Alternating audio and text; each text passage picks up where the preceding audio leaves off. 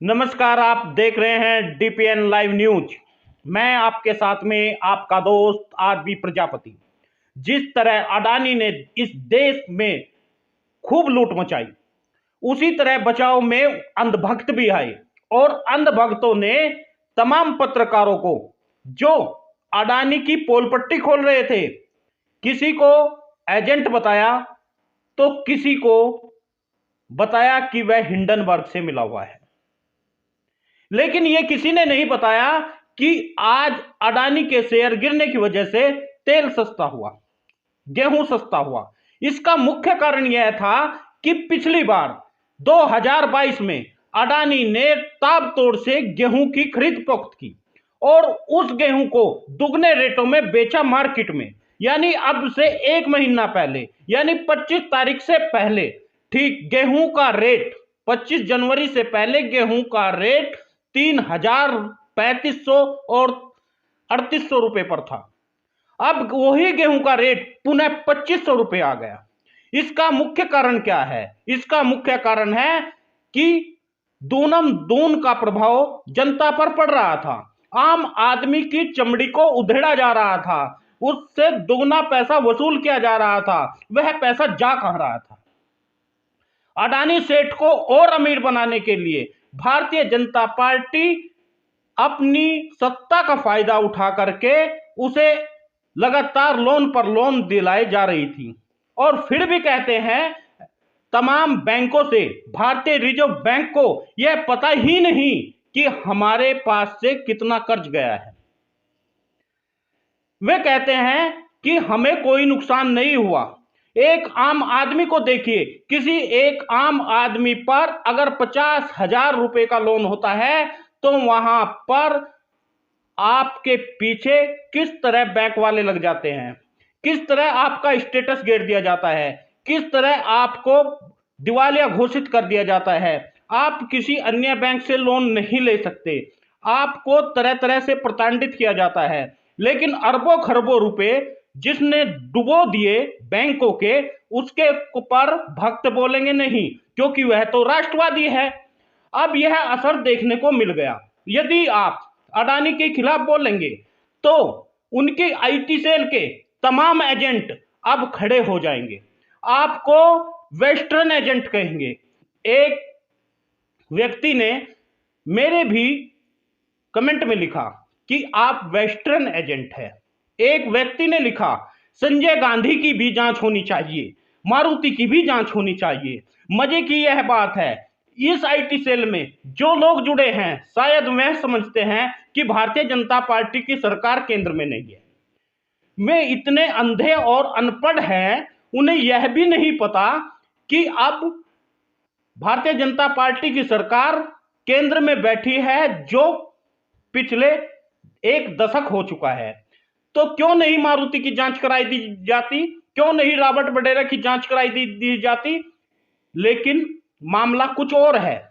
अपने ही लोगों के, अपने ही तमाम पार्टियों के दोष को छिपाने के लिए दूसरों को दोष आरोपित करने की ट्रेनिंग दी जाती है। यही नहीं, इससे भी ज्यादा असभ्य है ये लोग पेज बना करके, ये लोग फेक न्यूज बना करके तरह तरह से लोगों को भ्रमित करने का काम करते हैं। आपने देखा होगा किस तरह राहुल गांधी की प्लेट पर इन्होंने मीट और शराब का गिलास रखा। यह केवल भारतीय जनता पार्टी की आईटी सेल कर सकती है। यह केवल उस पार्टी की आईटी सेल कर सकती है जो कि अनुशासनवादी है। यह उस पार्टी की आईटी सेल कर सकती है जिसके प्रधानमंत्री ईमानदार है। यह उस पार्टी की आईटी सेल कर सकती है जो अपने आप को देश हित में खड़ा हुआ बताती है। यह उस पार्टी की आईटी सेल कर सकती है जो अपने आप को राष्ट्रवादी बताती है। यह उस पार्टी की आईटी सेल कर सकती है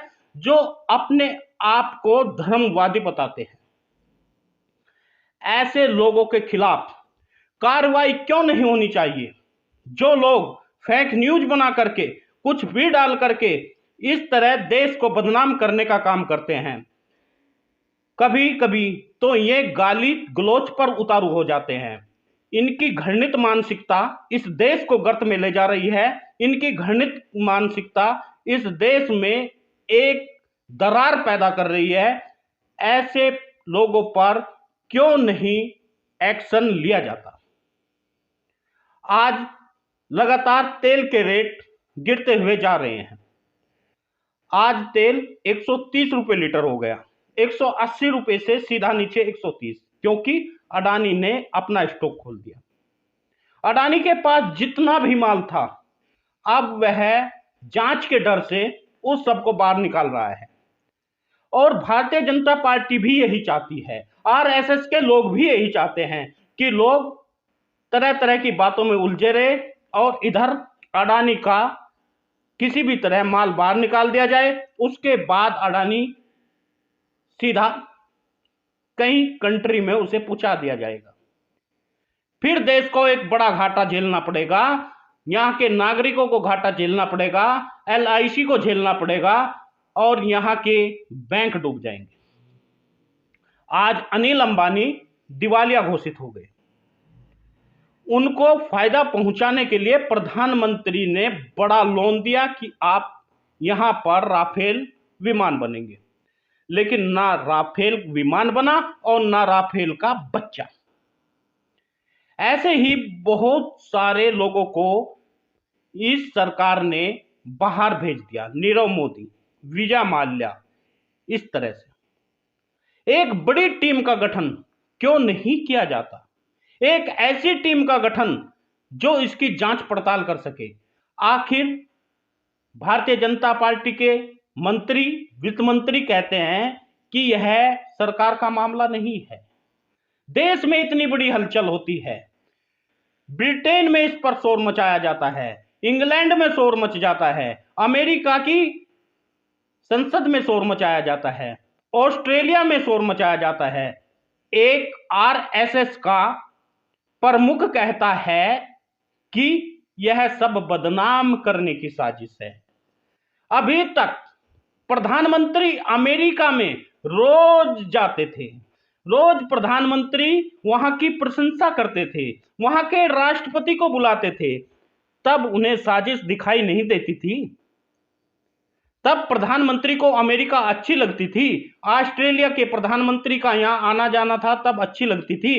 अब यदि यह खुलासा हिंडनबर्ग ने कर दिया, अमेरिका की एक कंपनी ने कर दिया, जो हमारे यहाँ के बिके हुए न्यूज चैनल नहीं कर पाए, तो इसका अर्थ यह है कि अब अमेरिका आपकी नजरों में क्रिमिनल हो गया, ऑस्ट्रेलिया क्रिमिनल हो गया, ब्रिटेन क्रिमिनल हो गया। शर्म करो अंधभक्तों, अब तो शर्म करो। इस देश को क्यों गर्त में ले जाना चाहते हो? इस देश का क्यों बेड़ा गर्क करने चाहते हो? आपने एससी, एसटी, ओबीसी तमाम लोगों का आज तक मुख्य धारा से सही जुड़ने नहीं दिया। अपने आप गद्दी पर बैठे हुए हो, अपने आप ही खुद जज बन जाते हो और खुद ही भ्रष्टाचार को बढ़ावा देते हो और खुद ही भ्रष्टाचार का शोर मचाने लगते हो। इस देश को आप बचाने की नहीं, इस देश को आप बर्बाद करने की लिए खड़े हो चुके हो। भारत माता का नारा लगाने वालों, एक बार सोच लो कि आप जिस तरह भारत माता की इज्जत को तार तार कर रहे हो, क्या यही आपको शिक्षा मिली है? क्या यही संस्कार है? क्या इसी तरह देश बचाया जाता है? एक ठग जो सभी बैंकों को ठग लेता है, जिसके पास कुछ होता नहीं, एक साल के अंदर वह अमीर हो जाता है, अरबपति हो जाता है, करोड़पति हो जाता है। वह प्रधानमंत्री के विशेष चार्टर्ड विमान में चलता है और प्रधानमंत्री के साथ साथ सभी देशों की यात्रा करता है। लेकिन जब अमेरिका विलन नहीं होता, चाइना से मिलकर वहां के सामान पर अपनी मोहर लगाकर खूब बेचता है, उस समय कोई फर्क नहीं पड़ता। साथियों, तमाम लोगों से निवेदन है, आपसे बार बार निवेदन है, यदि वास्तव में आप देश को प्रेम करते हैं, वास्तव में आप देश प्रेमी हैं, तो दूध का दूध, पानी का पानी होना चाहिए। एक टीम गठित होनी चाहिए जिस पर यह जांच होनी चाहिए कि आखिर अडानी के क्या संबंध है विदेश से, कितनी फर्जी कंपनियां बनी हुई है जिनके नाम पर शेयर का घोटाला होता है। इस घोटाले का खुलना जरूरी है। उसके लिए आप वीडियो को ज्यादा से ज्यादा शेयर करिए। जब तक आप वीडियो को शेयर नहीं करेंगे, लोगों को पता नहीं चल पाएगा, आम जन को पता नहीं चल पाएगा। हर आम जन तक यह वीडियो पहुंच जानी चाहिए।